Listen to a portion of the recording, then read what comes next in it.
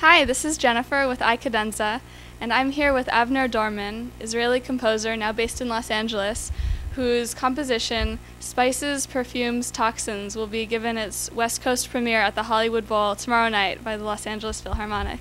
Thanks so much for being here with me. My pleasure. I interviewed your father a few weeks ago, and he plays the bassoon in the Israel Philharmonic. So I was just wondering if growing up in a musical household played any role in you becoming a musician and composer. Well, I think it probably had a dual role. One was on the substantive side, that I just had a lot of scores at home growing up, and so if I was just curious about music and I didn't have all these scores, my father is a conductor as well, as you know, and he just had everything at home. So I heard some symphony that I wanted to study, and I had it at home.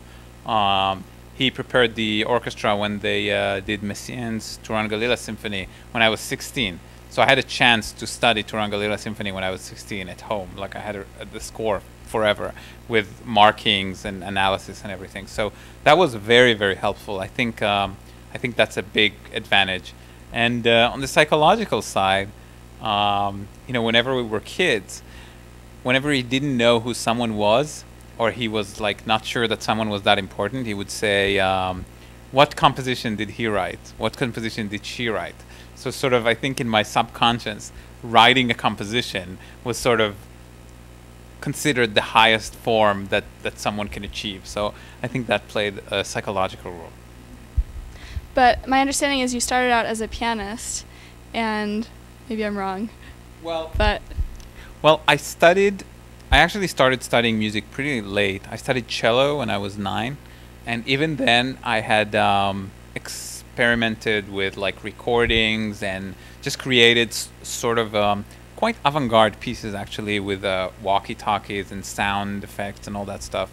And then when I was 11, I really wanted to study drums, but my father said that it's probably better if I take piano for 2 years, so I would learn how to read music, and then after 2 years, when I would know how to read and write music, then I can change to drums. And 2 years later, I was playing quite advanced Beethoven sonatas, and I guess he tricked me. So when did the shift happen, when you decided you wanted to be a composer primarily, and how did you know? Well, I think all the years growing up, I was composing probably as much as I was playing piano, but I did have some aspirations as a pianist at a certain point. And then during my years at the Army, I did do a lot of arrangements, and my role in the Army did allow me to continue to write music and study music, but I didn't really have enough time to practice.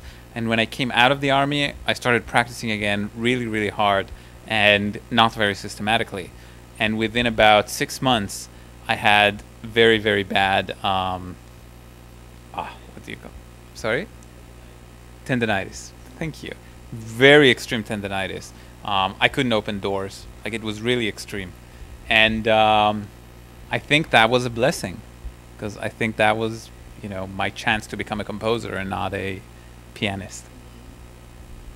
So about your piece that's being performed tomorrow night, Spices, Perfumes, Toxins, I read on your website that it's designed to be accessible so that people, can appreciate it automatically, unlike a lot of trends in new composition.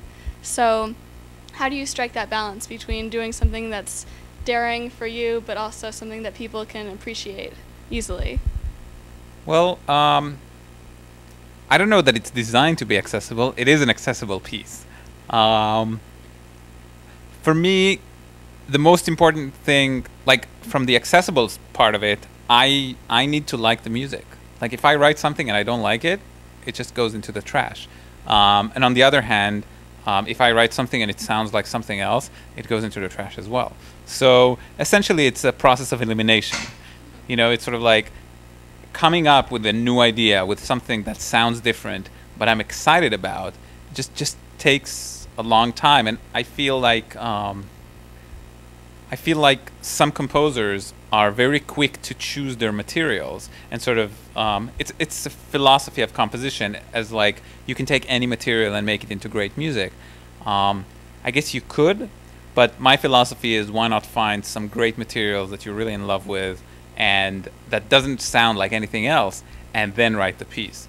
So later when we speak with PercaDu, they can tell you how when I wrote the main theme of Spices, which was the first piece that I wrote for this piece, I was so ecstatic they could hardly like get a word through. And my memory, my recollection is of me playing the melody and being really excited about it, and Tomer, who was there, was like not so excited, but he remembers himself being excited. Just I was like in some, you know, otherworldly trance.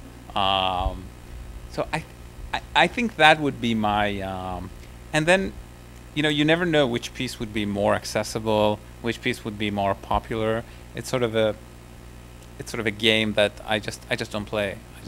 I write the piece, and you know, thankfully some of my pieces are very popular and get played a lot, and others not as much. But I don't think you can plan that, actually.